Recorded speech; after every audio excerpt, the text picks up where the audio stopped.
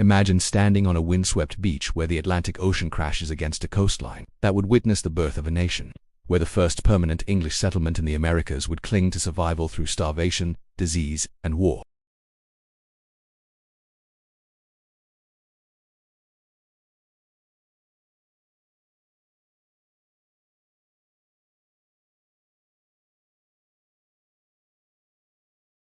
This is Virginia, the mother of presidents, the mother of states, a land of contradictions so profound that understanding Virginia means understanding the deepest paradoxes of American identity itself.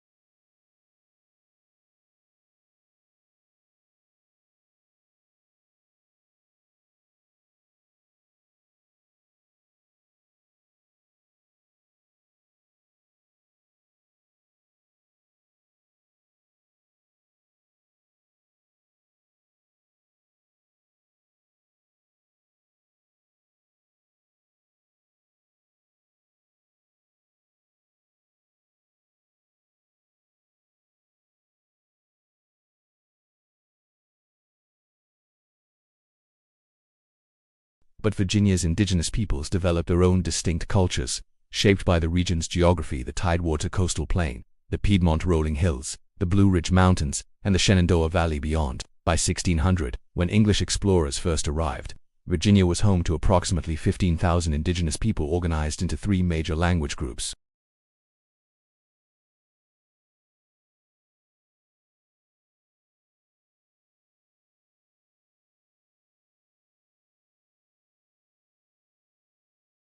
The Powhatan Confederacy controlled territory from the Potomac River south to the North Carolina border, with perhaps 15,000 people living in villages surrounded by palisade walls. Powhatan towns featured longhouses covered with bark or red mats, agricultural fields cultivating corn, beans, and squash, and elaborate political structures, wherein its chiefs ruled individual villages, paying tribute to Ahuns Piñaco, who maintained his authority through a combination of military power, strategic marriages, and religious authority tied to the priesthood.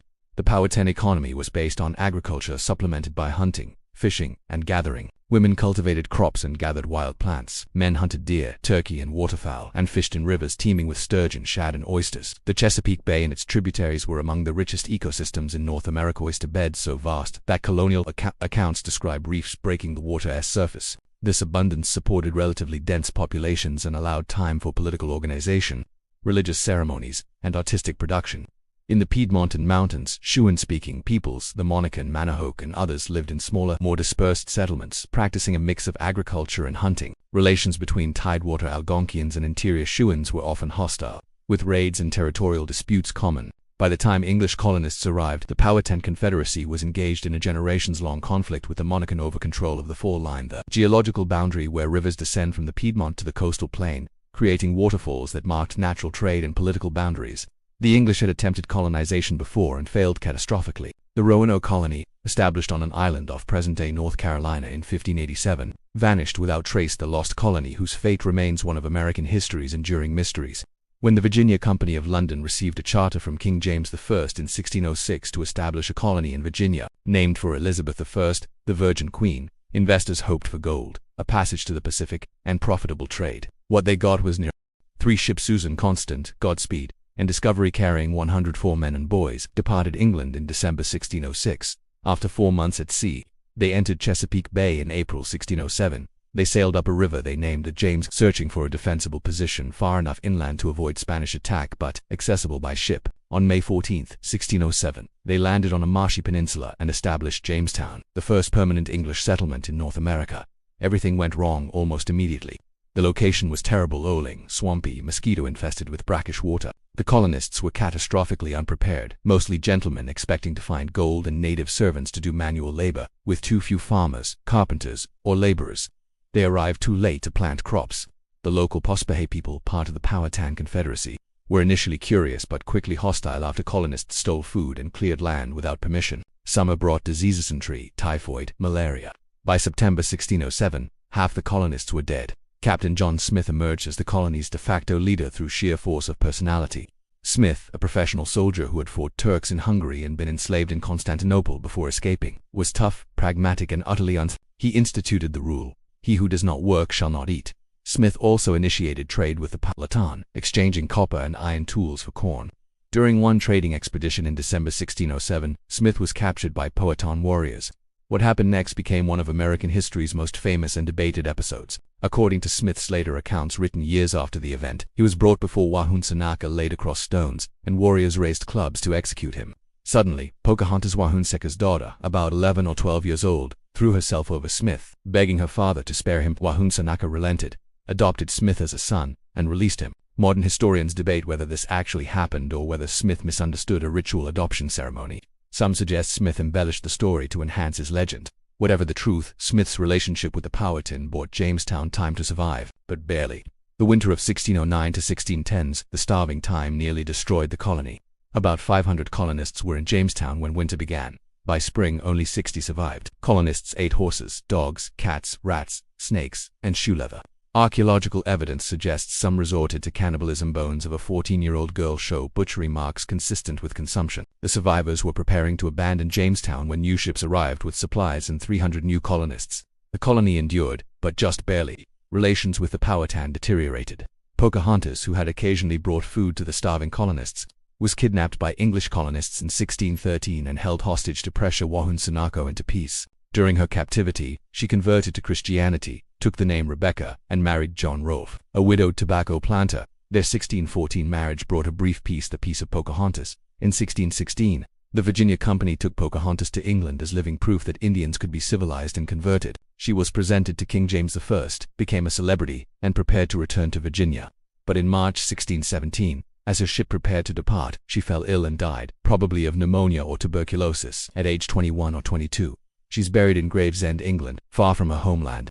What saved Virginia wasn't peace with the Powhatan but tobacco. John Rolfe experimented with cultivating tobacco using seeds from Trinidad, producing a variety smoother than the harsh local tobacco Indians grew. The first shipment reached England in 1617. Demand exploded. Tobacco became Virginia's brown gold. Colonists cleared land frantically to plant tobacco. The Virginia Company offered headrights 50 acres to anyone who paid their own passage, and 50 additional acres for each person whose passage they paid, stimulating immigration. Indentured servants, mostly young Englishmen and women who agreed to work for 4 to 7 years in exchange for passage, flooded Virginia. That same year brought to developments that would shape American history. In July 1619, the Virginia Company authorized the House of Burgesses, the first representative legislative assembly in the Americas, giving colonists a voice in their own governance, a tiny seed of self-government that would grow into democratic revolution 156 years later. And in late August 1619, an English privateer ship arrived at Point Comfort carrying 20 and odd Africans seized from a Portuguese slave ship. These were the first Africans in English North America. Initially, their status was ambiguous. Some were treated as indentured servants who could eventually gain freedom. But within decades, Virginia codified racial slavery into law, establishing that Africans and their descendants would be enslaved for life based solely on race. The seeds of American slavery and American democracy were planted simultaneously in Virginia's soil. Peace with the Powhatan didn't last. Wahunsenaka died in 1618. His brother Opechancanough succeeded him and watched with growing alarm as English settlements spread and tobacco cultivation consumed more land. On March 22, 1622, Opechancanough launched a coordinated surprise attack across the colony.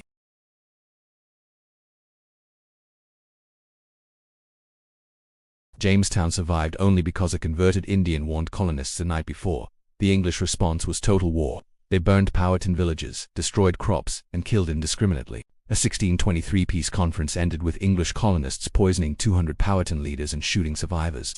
The conflict continued for a decade, ending with a 1632 treaty that didn't bring peace but exhaustion. In 1644, Opechancanough, and his 90s, so old and frail he had to be carried on a litter, launched a final desperate attack, killing 400 to 500 colonists.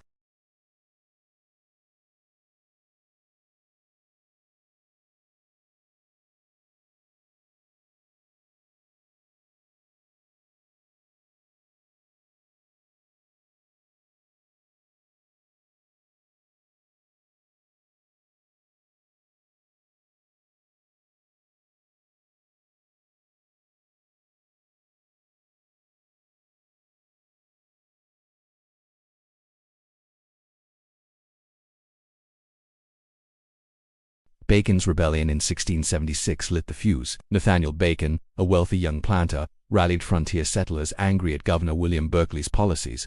Bacon demanded aggressive war against Indians on the frontier and political reforms giving smaller planters more voice. When Berkeley refused, Bacon raised an army, attacked peaceful Indians, and marched on Jamestown, burning it to the ground. Bacon died of dysentery in October 1676, and the rebellion collapsed. Berkeley executed 23 rebels. But the rebellion terrified Virginia's elite.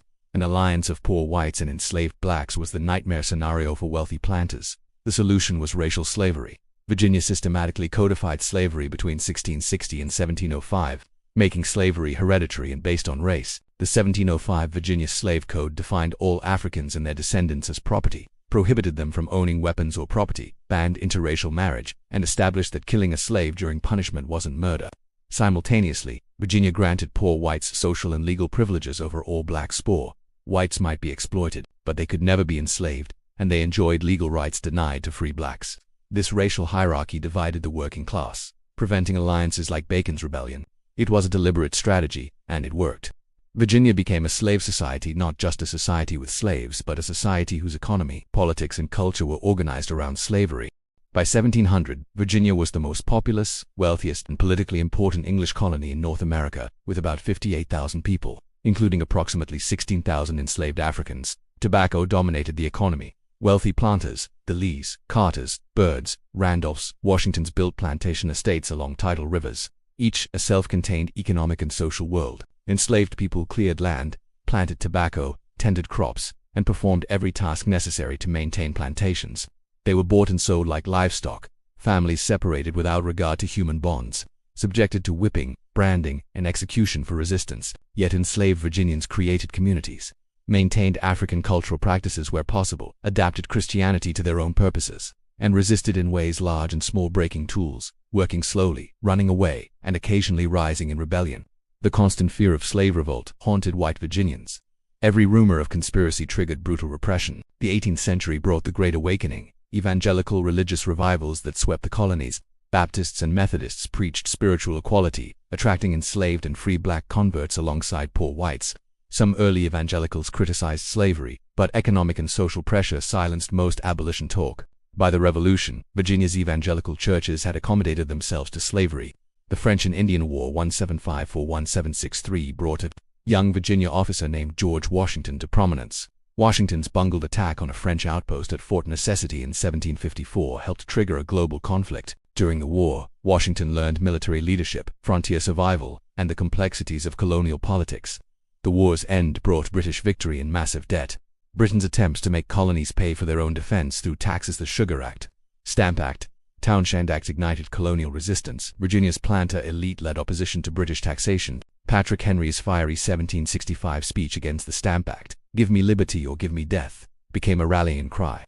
The Virginia House of Burgesses passed resolutions denying Parliament's right to tax colonists who lacked representation. Thomas Jefferson, a young planter lawyer, wrote influential pamphlets articulating colonial grievances in Enlightenment language about natural rights and government by consent. The First Continental Congress met in Philadelphia in 1774. Virginia delegates Washington, Henry, Jefferson, Richard Henry Lee, and others were central players. When fighting erupted at Lexington and Concord in April 1775, Virginia committed to revolution. The Second Continental Congress appointed Washington commander-in-chief of the Continental Army. On June 12, 1776, Virginia adopted its own constitution, becoming an independent commonwealth before the Declaration of Independence. Thomas Jefferson drafted the Declaration of Independence, drawing on his earlier Virginia writings. The document's soaring language: "We hold these truths to be self-evident, that all men are created equal, that they are endowed by their Creator with certain unalienable rights," proclaimed universal human equality. Yet Jefferson owned over 600 enslaved people during his lifetime. The contradiction between revolutionary ideals and slaveholding reality haunted Virginia and the nation. Jefferson himself recognized the hypocrisy, writing, "I tremble for my country when I reflect that God is just, that his justice cannot sleep forever." Virginia was crucial to winning the Revolution. Washington's leadership held the Continental Army together through Valley Forge's winter and years of defeat. Virginian officers including Daniel Morgan, whose tactical genius won the Battle of Cowpens, were among the Army's best. The war's decisive campaign unfolded on Virginia soil. In 1781, British General Charles Cornwallis marched into Virginia, hoping to cut American supply lines. Washington and French General Rochambeau marched south from New York while a French fleet under Admiral de Grasse blocked Chesapeake Bay. Cornwallis fortified Yorktown, expecting Royal Navy rescue. When de Grasse's fleet defeated the British Navy in the Battle of the Chesapeake, Cornwallis was trapped. After a 3-week siege, Cornwallis surrendered his 8,000-man army on October 19, 1781. Yorktown effectively ended the war. American independence was won on Virginia soil. The new nation struggled under the Articles of Confederation. The 1787 Constitutional Convention drafted a new framework for government. Virginia delegates James Madison, father of the Constitution, George Mason, Edmund Randolph were central to debates. Madison's Virginia plan shaped the Constitution's basic structure. Virginia ratified the Constitution in June 1788, the 10th state to do so, making ratification official. Virginia dominated early national politics. 4 of the first 5 presidents were Virginians: Washington, Jefferson, Madison, James Monroe. Virginia's population, wealth, and political sophistication gave it outsized influence. But the Virginia dynasty faced growing tensions over slavery's expansion. The 1820 Missouri Compromise, which admitted Missouri as a slave state while banning slavery north of the 3,630 parallel, temporarily diffused the crisis. Jefferson, retired at Monticello, recognized the danger. This momentous question, like a fire bell in the night, awakened and filled me with terror. I considered it at once as the knell of the Union. Virginia's economy stagnated in the early 19th century. Tobacco exhausted soils. The Deep South cotton boom enriched Alabama, Mississippi, and Louisiana planters. Using Virginia-born enslaved people sold south. The internal slave trade became Virginia's most profitable business. Between 1790 and 1860, Virginia exported approximately 300,000 enslaved people to the Deep South, shattering families in the process. Richmond became the largest slave trading center in the Upper South, with auction houses and slave jails dominating the city's economy. Nat Turner's rebellion in 1831 terrified white Virginia. Turner, an enslaved preacher in Southampton County, believed God had chosen him to lead his people to freedom. On August 21, 1831, Turner and 6 accomplices began killing white families, eventually recruiting about 70 rebels. They killed approximately 60 whites before militia and federal troops suppressed the rebellion. Turner evaded capture for 2 months before being caught, tried, and hanged. White mobs killed over 100 black people, many uninvolved in the rebellion, and retaliatory violence. Virginia responded by tightening slave codes, banning enslaved people from learning to read or write, and prohibiting religious meetings without white supervision. The rebellion also triggered Virginia's last serious public debate about slavery. The 1831 to 1832 Virginia legislature debated gradual emancipation.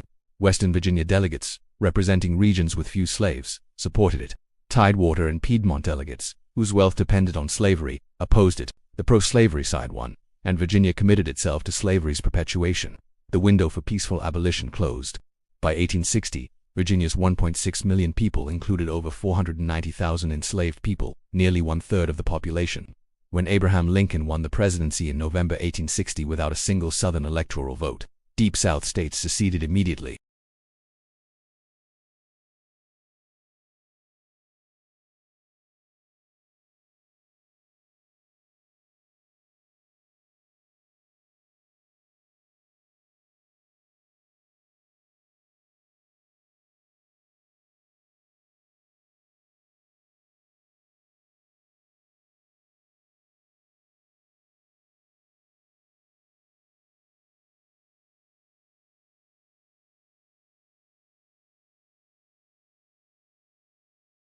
Virginia became the Civil War's primary theater. The Confederate capital moved from Montgomery, Alabama, to Richmond, making Virginia symbolically and strategically central. The war devastated Virginia. Over 2,000 battles and skirmishes occurred on Virginia soil, more than any other state. Battles like Bull Run, Fredericksburg, Chancellorsville, and the Wilderness killed tens of thousands. In 1862, Union General George McClellan's Peninsula Campaign threatened Richmond but was repelled by General Robert E. Lee's Army of Northern Virginia. Lee, who had served with distinction in the U.S. Army for 32 years and opposed secession, commanded Confederate forces because he couldn't raise my hand against my birthplace, my home, my children. The 7 days battles, Second Bull Run, Antietam, Fredericksburg, Chancellorsville won tactical victories but couldn't win the war. His 1863 invasion of Pennsylvania ended in catastrophic defeat at Gettysburg.